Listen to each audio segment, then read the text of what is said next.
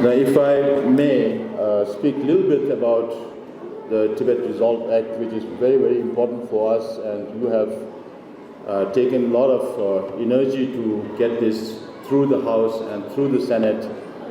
I want to remind the public here that on November 26th of last year, in 2023, the House Foreign Affairs Committee passed this bill unanimously.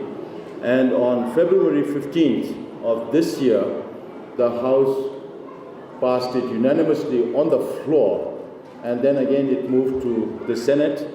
On April 16th of this year, the Senate Foreign Relations Committee unanimously approved that, and very recently, on 12th of this month, it got through the Senate floor.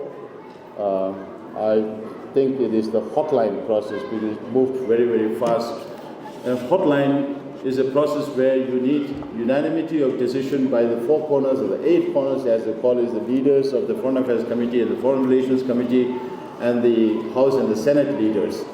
So you need consensus of all the leaders and not one objection from a single senator. And that's how it moved very fast. So I take this opportunity also to thank Senator Todd Young from the Republican side and Senator Jeff McCullin from the Democrat side for moving the bill in the Senate. And I also want to acknowledge the contribution made by Senator Cardin, who is the chairman of the Foreign Relations Committee in the Senate, who have been very, very instrumental in moving this in the manner that moved very smoothly and very fast. Now we are waiting for President Joe Biden to sign this into an act and make it into a law in the next few days.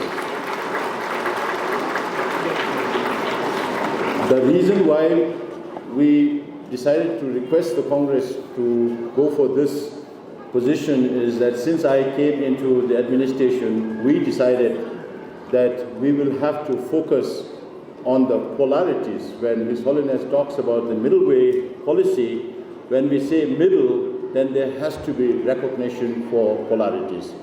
And the polarities could be multidimensional, but in this case, the political polarity is that one polarity is the present situation of Tibet under the repressive communist government, and the other polarity is the historical status of Tibet as an independent state.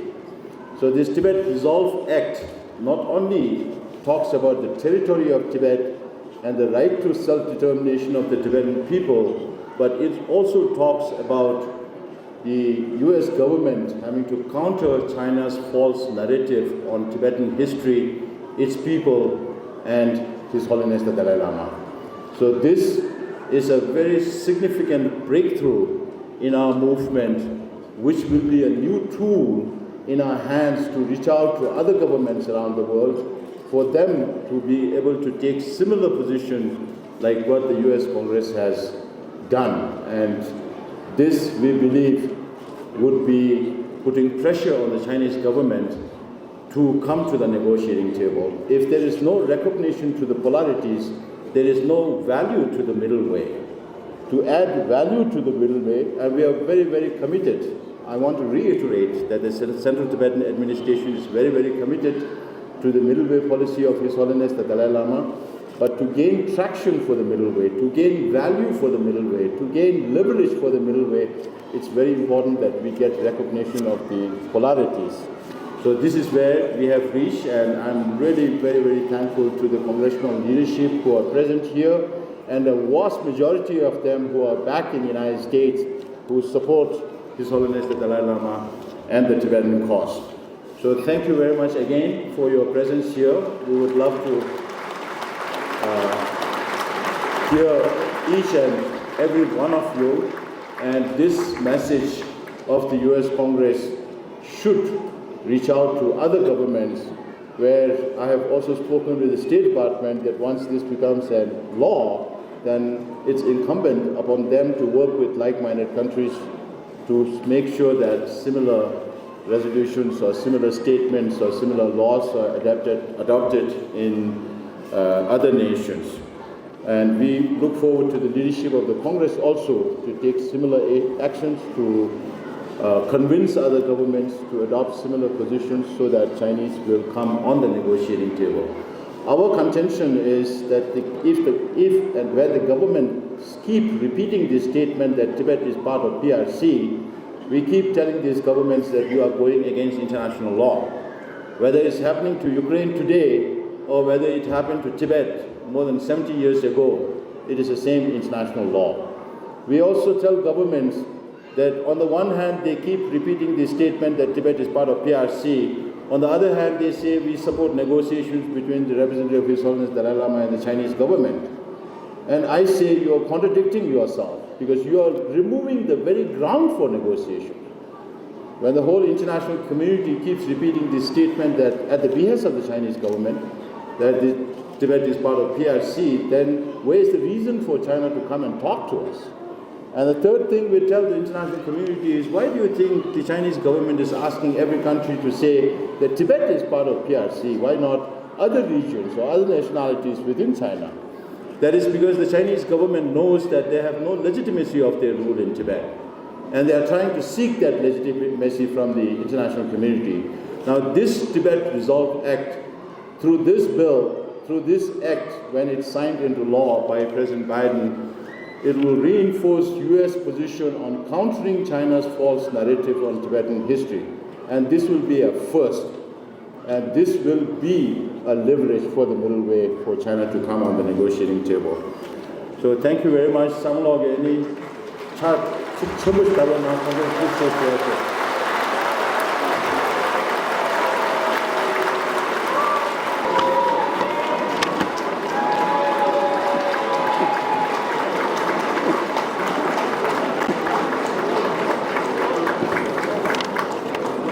Tashi Delay.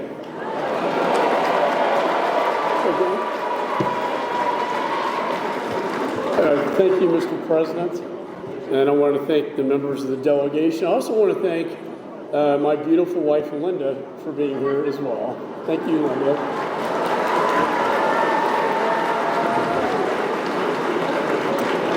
I also want to thank the school children who performed. That was absolutely amazing. Absolutely amazing.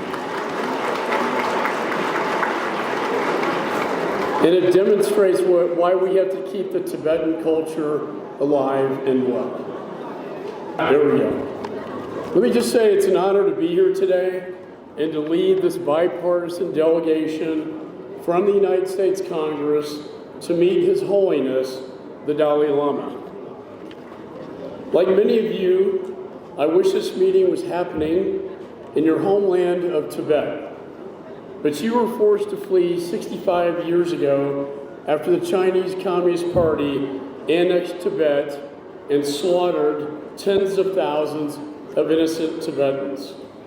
The CCP was determined to end the Tibetan culture and forcibly bring the Tibetan people under their control. To save his people and his culture, His Holiness led more than 80,000 of his followers on a perilous journey, 4,000 kilometers through the Himalayas to safety.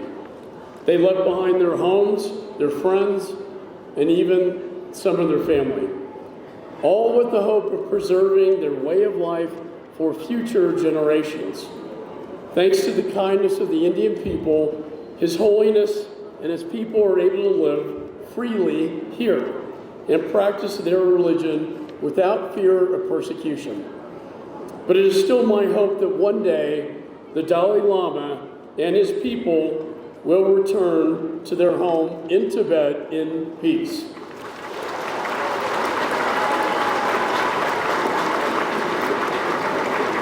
Decades later, the Chinese Communist Party continues to threaten the freedom of the Tibetan people, and they have even attempted to insert themselves into the succession of the Dalai Lama, but we will not let that happen.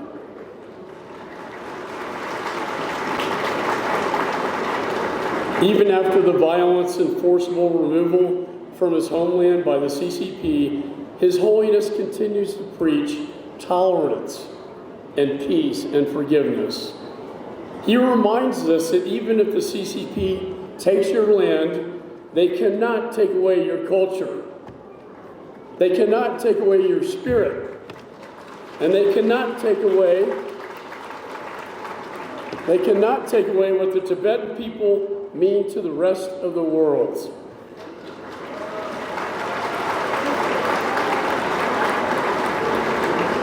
Yesterday, I visited the Temple of Democracy here. You know, Chairman Xi says democracy doesn't work. But Chairman Xi is wrong. Democracy does work. For in democracies, people are free. Under tyranny, people are enslaved. Just this week, our delegation received a letter from the CCP warning us not to come here. They repeated their false claim that Tibet has been a part of China since the 13th century. But we did not let the CCP intimidate us, for we are here today.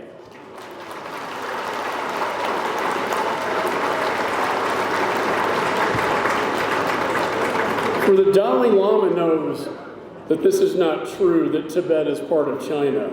And the people of Tibet know that that is not true. And the United States of America knows that that is not true.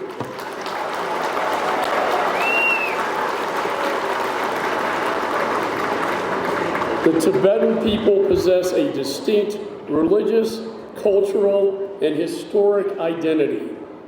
They should have a say in their own future. You should. And you should be able to freely practice your religion. And that is why we are here today, in defiance of that warning. The timing of this visit couldn't be better. We are here just 1 week after the House of Representatives and the Congress passed the Resolve Tibet Act.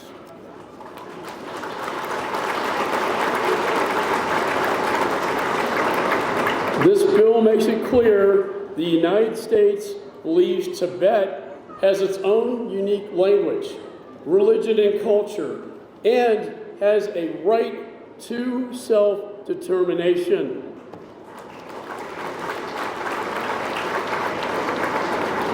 The bill also requires the State Department to aggressively challenge CCP propaganda about Tibet. So along with my friend Congressman Jim McGovern, who is also here today, and the author of the bill, I am proud to have sponsored this legislation, and I want to thank him for working with me to get this bill and Congressman Meeks on the committee to get this bill to the President's desk, where it will be signed in the coming days.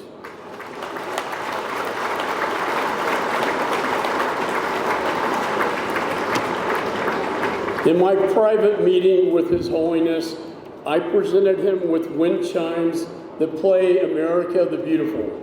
I told him that wind cannot be seen, but it is a powerful force that is always present. My hope is that this wind chime reminds him that even when our delegation leaves here, that America the Beautiful will support Tibet to remain a powerful force that is always present.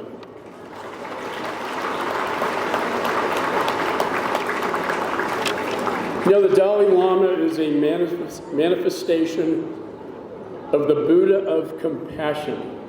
It is said the original Buddha of compassion chose to reincarnate so he could continue to serve the people for generations. I see that compassion not only in His Holiness, but in all of you, the Tibetan people.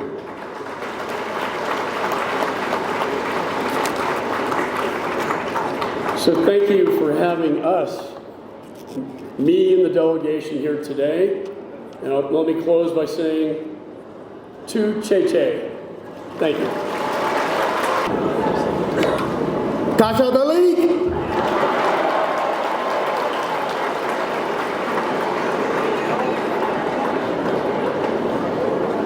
It is great to be here with all of you.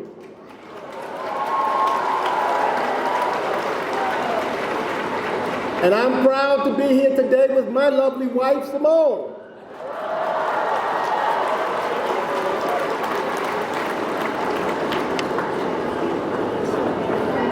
I want to thank the chairman of the House Foreign Affairs Committee, Michael McCall, for leading this delegation.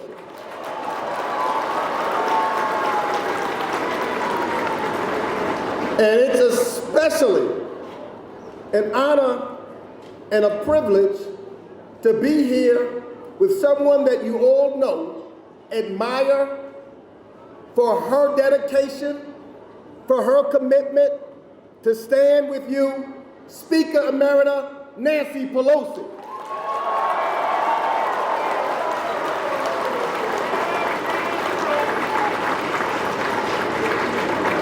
And I would be remiss if I did not also recognize an individual who is known in the United States Congress as an individual who's focused on human rights here and everywhere around the world, and the sponsor of this bill, Jim McGovern.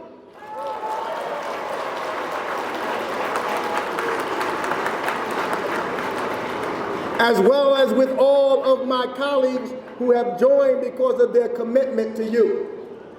Some have asked me, why did I make this trip? And I can answer in the words of Dr. Martin Luther King Jr., injustice anywhere is a threat to justice everywhere. Our voices have to be raised.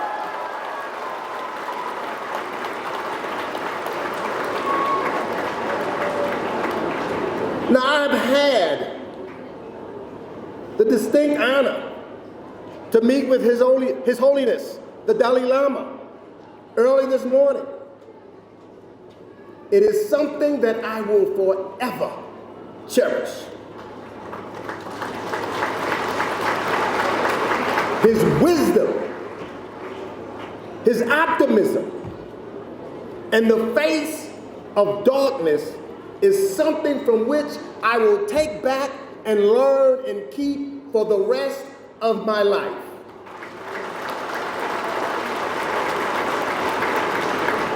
And so I'm here as the ranking member of the Foreign Affairs Committee. I'm here with a bipartisan delegation to let you all know that in the United States Congress, we are together and we are paying attention, and our support for Tibetan people is unwavering.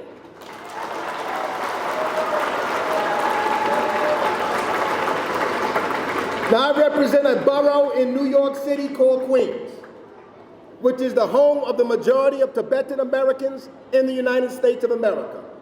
In fact, Jackson Heights, Queens, mamos are a household word. They are so popular that if you ask a New Yorker where they come from, they may tell you Queens. Now know that across the United States, there are scores of Tibetan Americans and friends of Tibet working every day to ensure that your dream for a better day remains alive.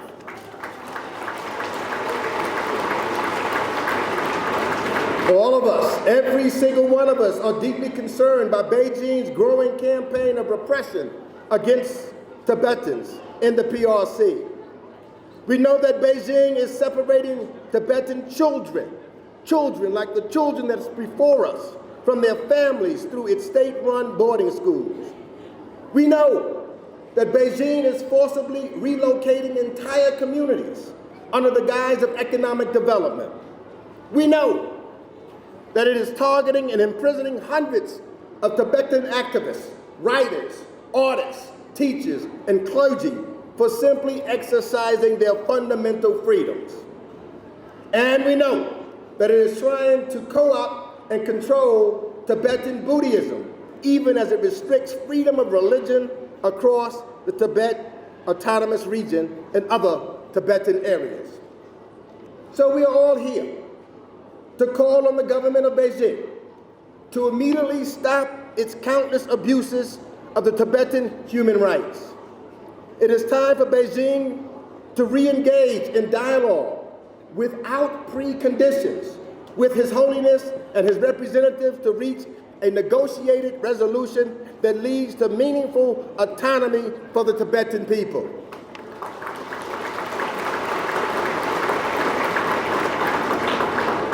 And that is why I'm very proud to work with Representative McGovern and Chairman McCall and the State Department to pass the resolution that we passed, the Promoting a Resolution to the Tibet-China Dispute Act, which passed both chambers of Congress last week in a bipartisan manner.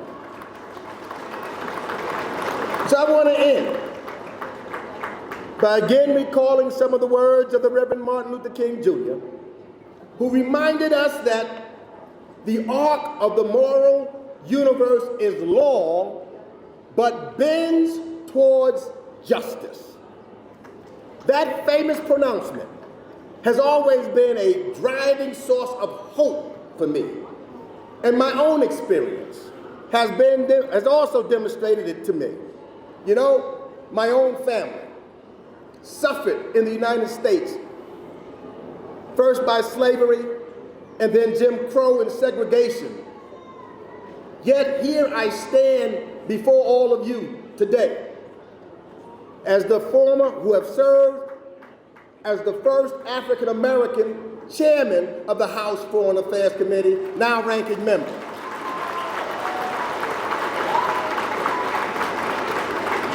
And so this is a special day. June 19th, very special and historic day for me. Because in 1865, African Americans who had been enslaved, the last one in Texas, was notified that they no longer were an enslaved people, they were a free people. And why this day is so important is because I have hope for the Tibetan people. I know that you will all persevere for a better tomorrow, for your children and your children's children. You will persevere so that you can speak your own language, so that you can pass on the beautiful customs that I have been privileged to see today.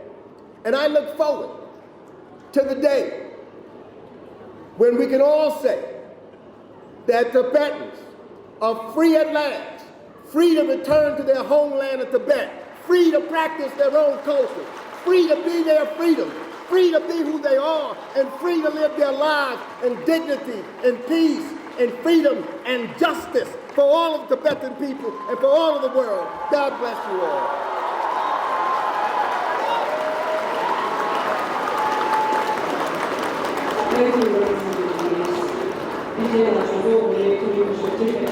Kashi Delay. Good afternoon. I am so excited and happy to be here with all of you, and especially my wife Lisa on her birthday.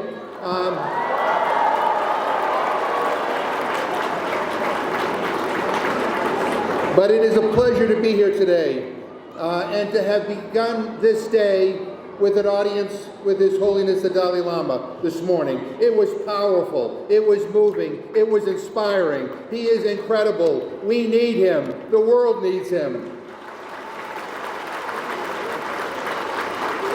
This is the second time my wife Lisa and I have visited Dharamsala. The last time was in May 2017 with a congressional delegation led by Speaker Emerita Nancy Pelosi. And I want to acknowledge her leadership on Tibet for all these years.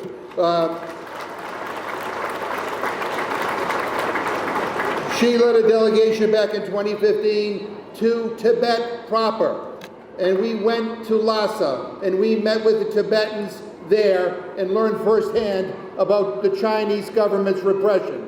It was horrible, and we will never ever forget it. I also want to thank Chairman McCall for his leadership on this issue and so many others, and for his steadfast advocacy for human rights and his work to organize this important and timely delegation. I also want to thank Ranking Member Meeks for his fiery speech, but for all that he does on behalf of human rights, not only for Tibetans, but for people all over the world. And I'm proud to be part of this delegation. My friends, we are living in a time of turmoil.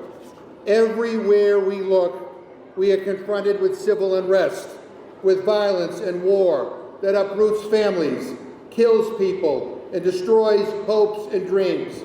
It is easy to feel cynical and hopeless. But when I see Tibetan school children, I am reminded that our work is not about us, it is about them. It is for them and with them that we must keep working for a brighter future and searching for peace. Peace with China and peace globally. And we must continue to work to make certain that the human rights of every single person on this planet is respected and upheld and maintained. The Tibetan children living here and in diaspora communities around the world, and the Tibetan children living under the repression of the PRC, they are Tibet's future, and they give me such great hope. But the other thing that gives me hope is seeing that democracy is alive and well here in Dharamsala and in the broader Tibetan community. We met with the Sikyong and many officials of the Central Tibetan Administration, and in sharp contrast to China's leadership, the Sikyong is elected. The entire Tibetan diaspora, spread across countries around the globe, participates in choosing their own leaders. In fact, the Central Tibetan Administration is a model of governance for people who face oppression and displacement. It is a symbol for those living in China, a symbol of what a different future could look like. Our presence here today is also a symbol, a sign to Chinese leaders that America will never, ever waver in our support for the Tibetan people.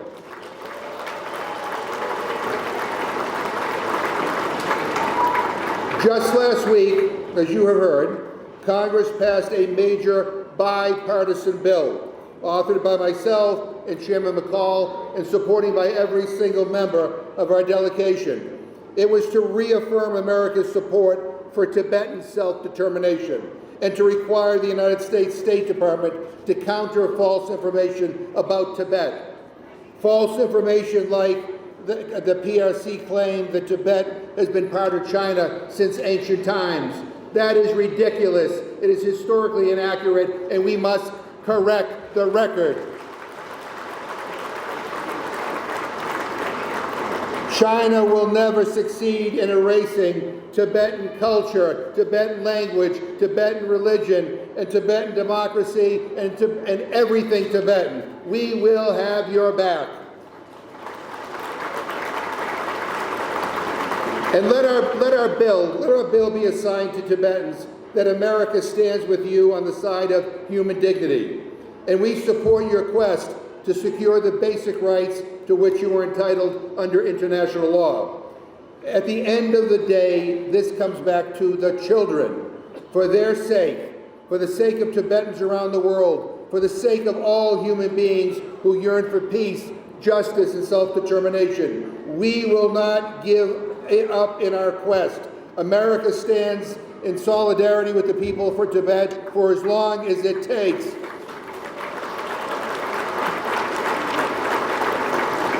You know, China has an opportunity to do what is right, and they can change the narrative for the better. What they need to do is stop their attack against Tibetan culture, religion, and language, and against the Tibetan people. They need to release all Tibetan political prisoners right now. They need to account for the whereabouts of the Panchen Lama, and they need to let him live a life in freedom. They need to allow His Holiness to go back to Tibet if he wants and meet with his people. And they need to negotiate in good faith with the Dalai Lama, the Central Tibetan Administration, or whoever Tibetans decide. They need to go to the negotiating table so that Tibetans can negotiate their own future in a way that preserves their dignity and all of their rights. If they do this, if China does this, the international community would respond positively. It would be the decent and just thing to do. And it would signal that China's willingness to comply with international human rights obligations. Let me finish by saying, I am inspired by His Holiness and the other Tibetans that I have met throughout my life. Your philosophy about the oneness of humanity and your recognition that we only have one planet we must all preserve is a vision that I share. I admire the persistence of Tibetan advocates and the idealism of Tibetan youth. They lift me up. And admittedly, I am not a patient man. I want to see change. I want to see it now. But I respect the patience that my Tibetan friends bring to the struggle for Tibetan autonomy and dignity. This is a community very much in the spirit of His Holiness that is dedicated to love and all that is good. So I want to thank you once again for inviting us to visit Dharamsala. And it is very important to be here in person. And I truly look forward to continuing to work together in the years to come. We will always be wind at your back. And I believe with all of my heart that the future is bright. Thank you very much. Tashidalek. The school children have been so very patient. Thank you. It is truly momentous for us to be here with you today. When I was a young child, my mother would tell me that faith is like the wind. You cannot see it, you cannot touch it, but it is always around you, and it lifts you up. Today, we were lifted up by the Dalai Lama. We thank the school children for reminding us of the Tibetan culture and tradition, and that their generation is a generation worth fighting for, that your struggle is our struggle.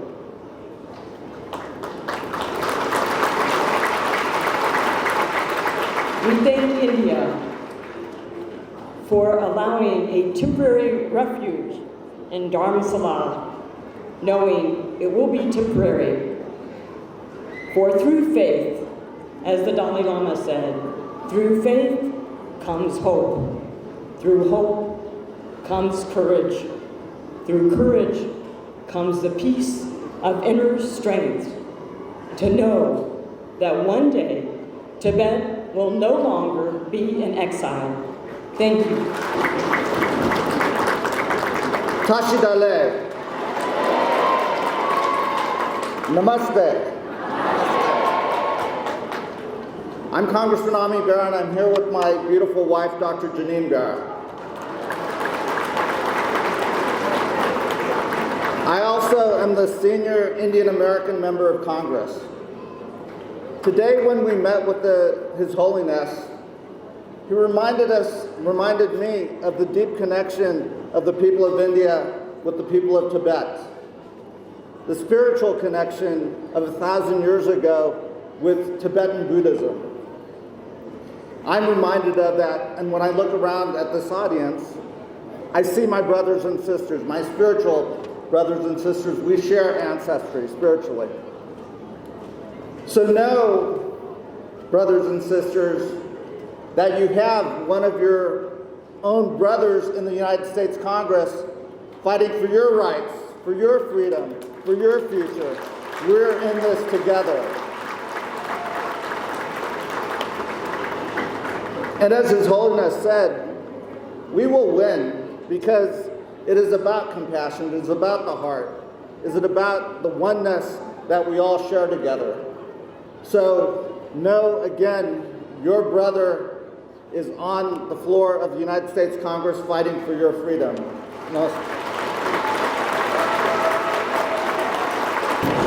Tashi Dele. My name is Nicole Maliatakis. I am very proud to bring greetings from my district of Staten Island and Brooklyn in New York City. It is home to the Jacques Marquet Tibetan Museum, which His Holiness visited in 1995, and many of the members that you have representing you in government have also visited it. But when His Holiness came in 1995, he said the words that it was the closest to Tibet that you could find in the West.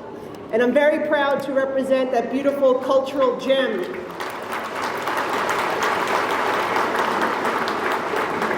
When we were honored with the meeting earlier today with His Holiness, I shared with him that when he fled Tibet in 1959, my mother also fled to escape communism in 1959, but in her homeland of Cuba. And so we share many similarities, and I have a lot of compassion and empathy for the people who are here today, who want to return to their homelands, who want to visit and have their children and grandchildren who have never visited Tibet the opportunity to do so. And we are all working together with you to see that day come.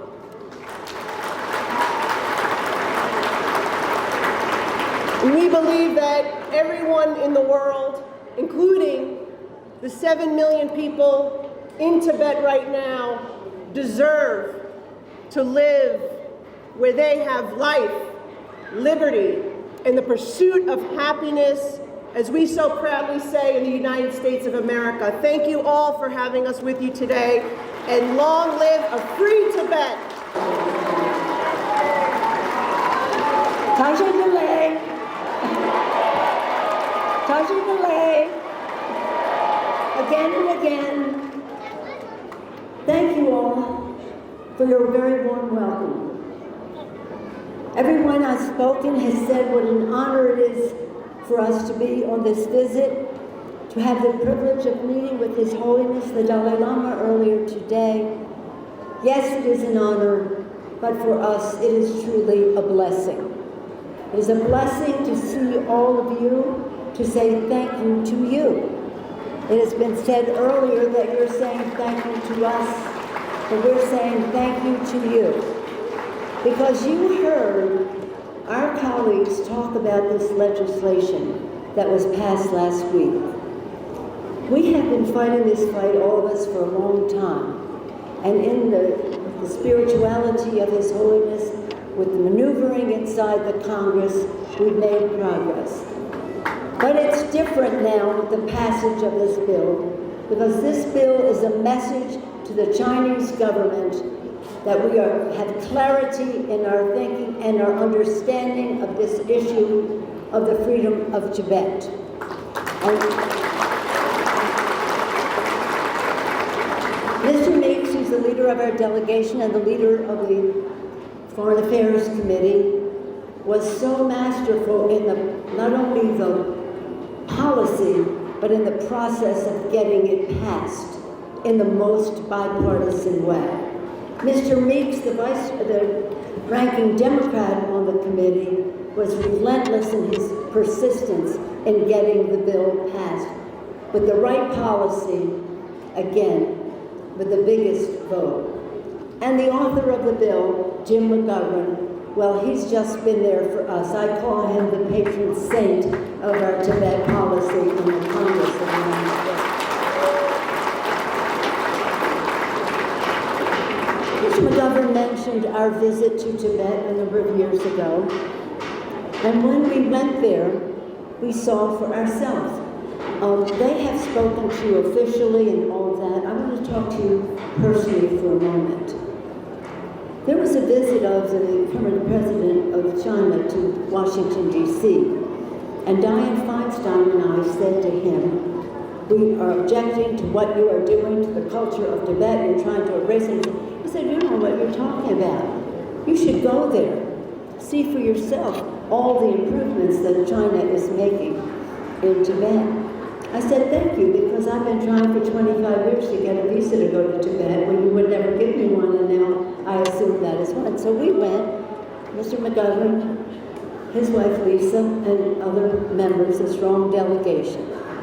We went to the palace, the Papal Palace. We saw the room where His Holiness grew up, his bedroom. We got to see how it is there for him to return to.